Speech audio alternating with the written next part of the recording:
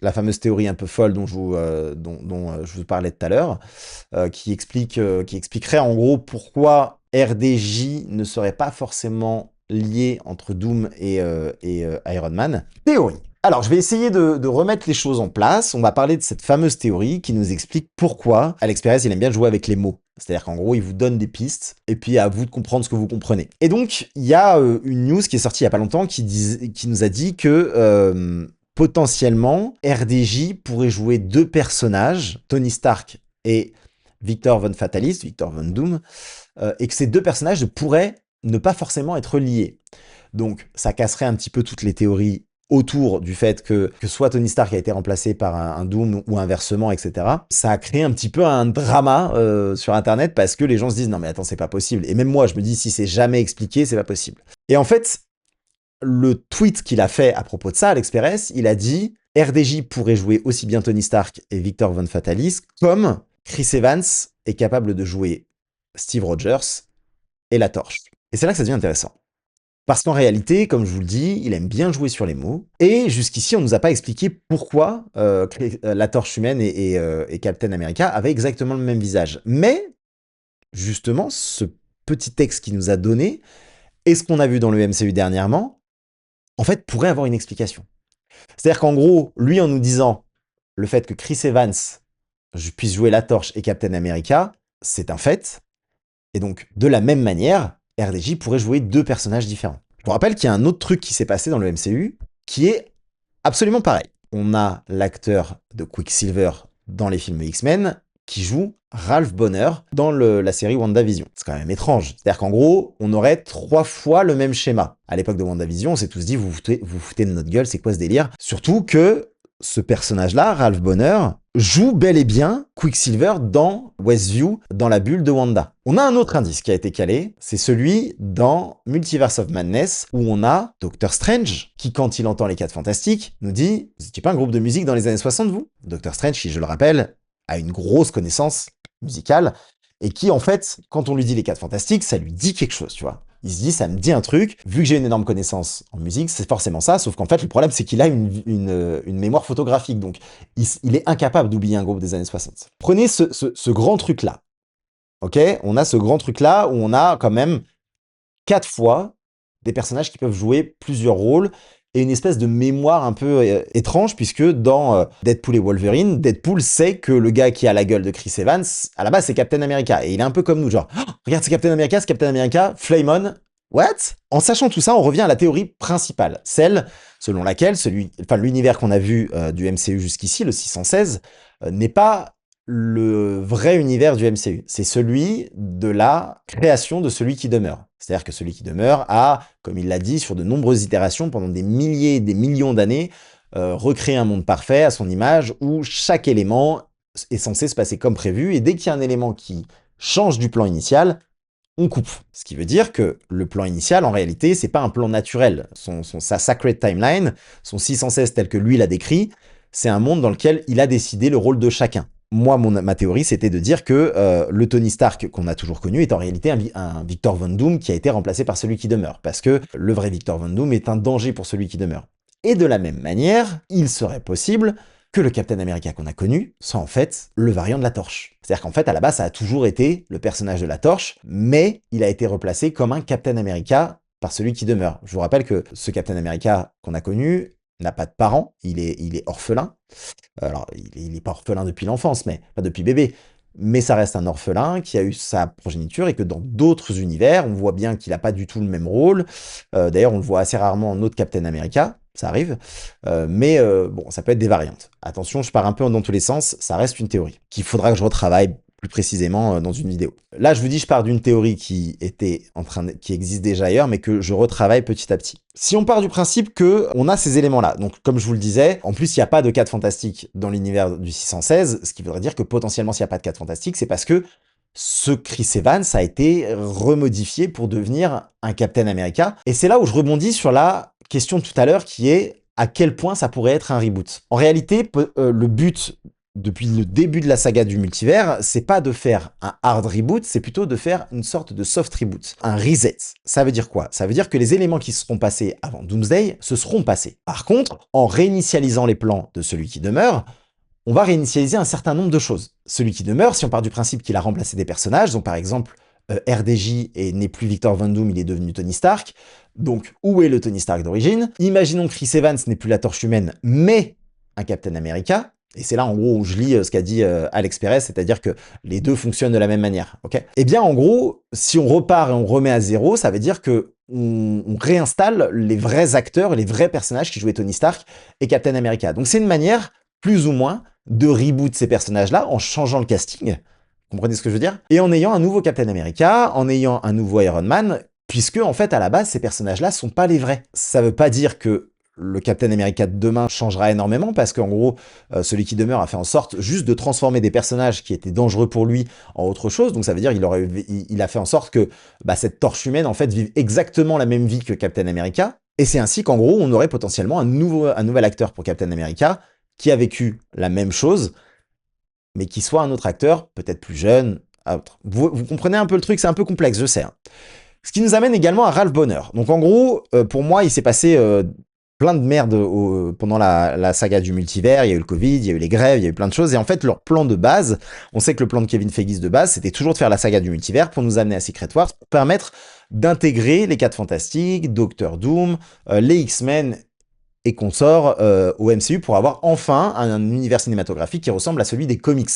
Ça a toujours été son objectif. Et c'est en gros, ils nous ont créé cette histoire de celui qui demeure pour pouvoir justifier que l'univers d'avant n'était pas le vrai univers. Ça veut dire que ça ne change rien à tout ce qu'on a vécu, mais c'était l'itération de celui qui demeure. Et donc, du coup, c'est comme ça qu'on fait notre soft reboot. Ce qui expliquerait encore une fois Ralph Bonner, parce qu'en gros, dans tout ce truc-là, je pense que le début de la saga du multivers devait nous emmener à une histoire où, petit à petit, on a des indices sur les personnages qui ressentent au fond d'eux, qui ont un tout petit bout de mémoire de l'univers d'avant. Et c'est en gros ce qu'on nous montre avec Doctor Strange, qui se souvient des 4 Fantastiques, mais il sait pas comment. C'est ce qu'on a avec Wanda, qui, au moment où elle veut recréer un monde utopique, en gros, va aller chercher son frère, qui est ancré dans sa mémoire avec Ralph Bonner, qui est en fait un mec lambda, mais qui est réellement Quicksilver dans un autre univers. Donc ça veut dire que ce gars-là est en fait le vrai Quicksilver.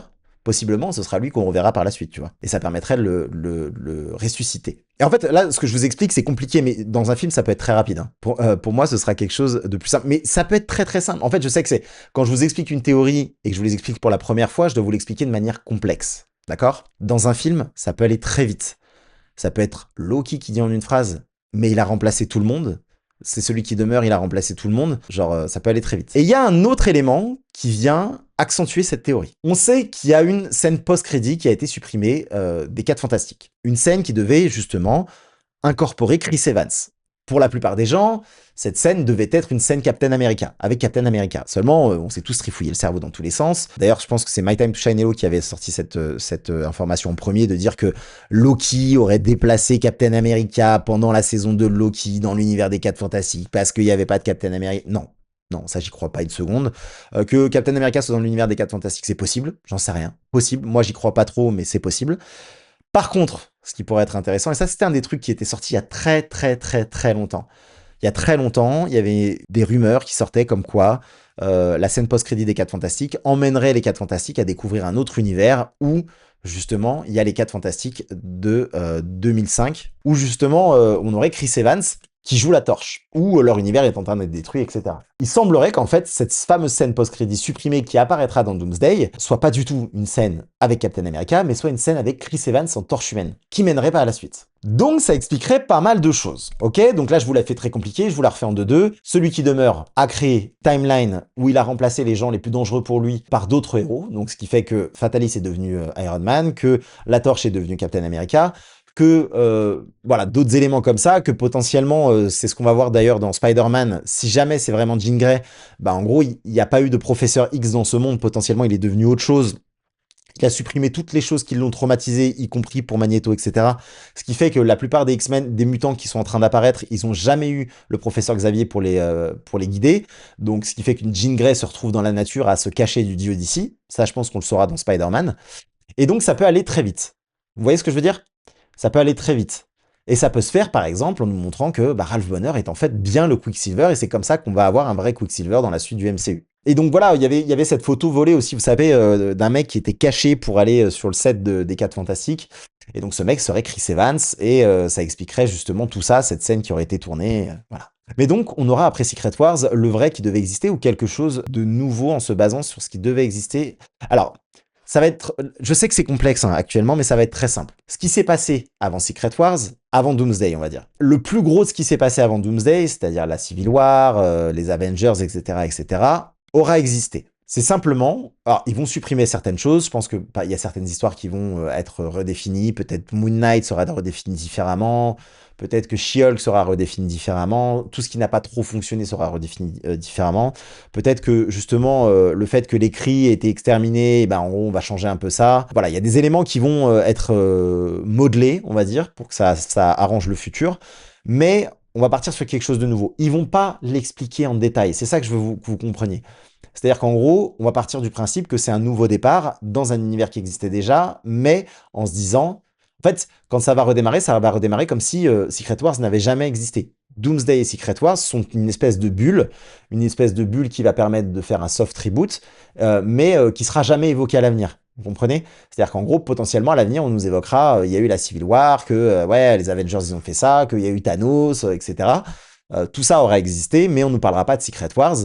Sauf certains personnages qui s'en souviendront. Ils seront peu, je pense. Il y aura peut-être Reed Richards, il y aura peut-être Doctor Strange, il y aura peut-être Peter. Et on arrivera dans un monde où Miles Morales aura toujours été là, par exemple, où les 4 Fantastiques auront toujours été là, où les X-Men auront toujours été là. Ce genre de choses. Je pense, hein. Mais du coup, ça fera 2 torches humaines dans le MCU. Non, Chris Evans reviendra pas après. Sans oublier que tout le monde a oublié qui était Peter Parker. Ça aussi, ils l'enlèveront. Je pense qu'il va se passer des choses dans Secret Wars qui font que Peter Parker reviendra avec une vie un peu différente. Chris Hemsworth continuera à jouer Thor, ça je pense que c'est assez sûr. Il y a plein d'autres histoires à raconter avec Thor, il peut jouer un Thor vieux, ça pose aucun problème. Chris Evans, ce sera la fin, et Robert Downey Jr. pourrait continuer à jouer Doctor Doom, à voir, peut-être pas avec un aussi gros cachet, mais voilà. Hugh Jackman pourrait continuer carrément dans un rôle de Old Man Logan, ce serait vraiment intéressant. Oui, non mais Bucky peut jouer dans le MCU d'issue, je te dis juste que mon ressenti, c'est qu'à mon avis, c'est fini pour Bucky. En fait, ce Bucky est très lié à l'ancien Captain. Donc il y a peu de chances qu'on le voit vraiment à l'avenir, et il a fait le tour, je pense qu'on a fait le tour avec Bucky en vrai. Est-ce qu'on pourrait avoir un recast de Scarlet Witch? Je sais pas. En fait, il va y avoir certains recasts. En fait, si on prend vraiment les différents personnages, je pense qu'en termes de recast, on peut avoir Iron Man, on peut peut-être avoir War Machine, on peut avoir Captain. Je pense pas qu'on aura un autre Hawkeye. Je pense que Hulk restera à l'avenir. Je pense que l'avenir de Hulk, c'est pas nécessairement dans les Avengers, et c'est pas nécessairement en tant que Bruce Banner. Tu vois, là, tout son arc de rédemption va pas être hyper intéressant, et du coup, je le vois plus être en CGI à l'avenir, tu vois, comme une menace. Alors, Spider-Man va plus être lié aux Avengers. En gros, on le voit d'ailleurs très bien dans ce qu'ils sont en train de faire. Ils enlèvent Spider-Man de Doomsday, enfin en tout cas celui de Tom Holland. Ils le laissent dans un côté très street level. Spider-Man, c'est devenu le héros de New York. C'est ce qu'ils vont nous montrer pendant l'ellipse de 4 ans. Et qu'il combat ses méchants à lui. C'est-à-dire, alors certes, là, il y aura quand même Hulk. Spider-Man va être lié à l'arc street level. Et je pense que là, Daredevil, on est sur la fin de l'ère politique avec Fisk, avec la saison 2, ça a été annoncé. On en parlera demain de Daredevil plus en détail. Vous voyez, c'est ça qui est bien en fait avec 1 heure, c'est qu'on va pouvoir étaler les sujets de jour en jour. Donc c'est quand même assez cool. Et donc je pense qu'il y a un arc street level qui va se créer avec le retour des Defenders, avec d'autres personnages. On va avoir l'arrivée, je pense, après Secret Wars de Miles Morales. Donc on aura tout un arc de transition. Et la suite de Spider-Man se fera, pour moi, avec Miles, clairement.